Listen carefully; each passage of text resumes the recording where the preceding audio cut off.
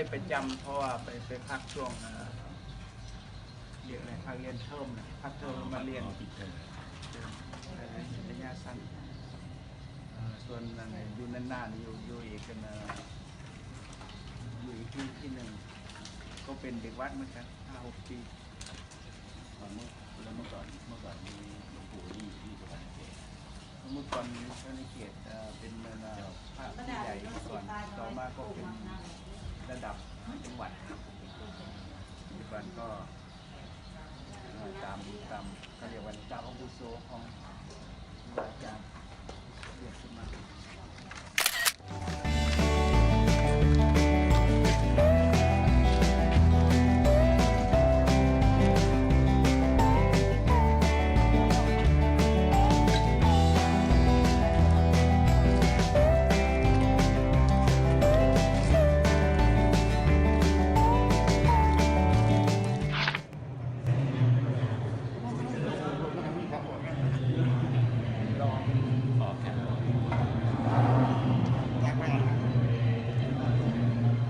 ร่วมทำงานกับครูบาอาจารย์ผู้เป็นปราชญ์ผู้สลัดผู้ทั้งหลายได้คนได้ติดได้ก็มีความสว่างไสว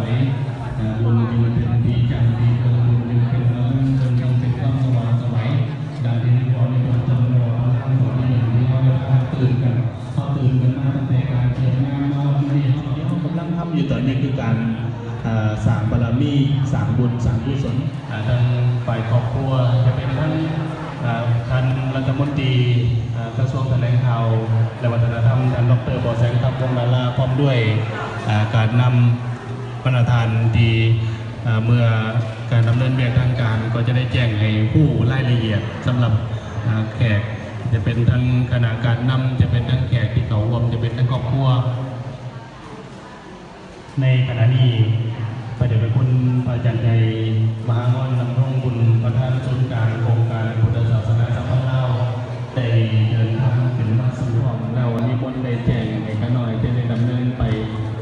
ตามที่พระเดชพระอาจารย์ได้กำหนดไว้ในขณะนี้เนาะมหางอนนำรงบุญประธานศูนย์การโครงการพุทธศาสนาสัมพันธ์เล่าพระอาจารย์ใหญ่องค์รองประธานพร้อมด้วย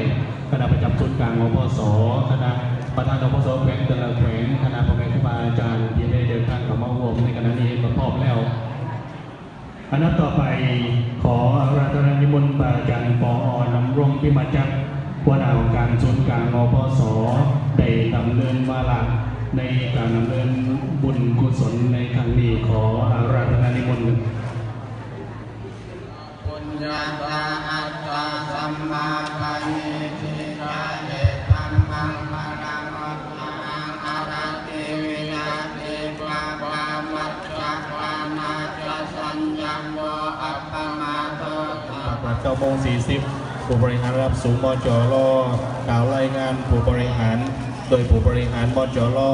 9:50ผู้บริหารมจรประกาศถวายปริญญาบัตรปริญญาเอกกิตติมศักดิ์แล้วถวายปริญญาบัตรแด่พระเดชพระคุณญาติใหญ่ประธานศูนย์กลางองค์การพุทธศาสนาสัมพันธ์ลาวสำหรับคณะสงฆ์พ่อแม่ครูบาอาจารย์ที่ได้รับอาราธนานิมนต์ทั้งหมดนิมนต์ได้เตรียมบาตรกันได้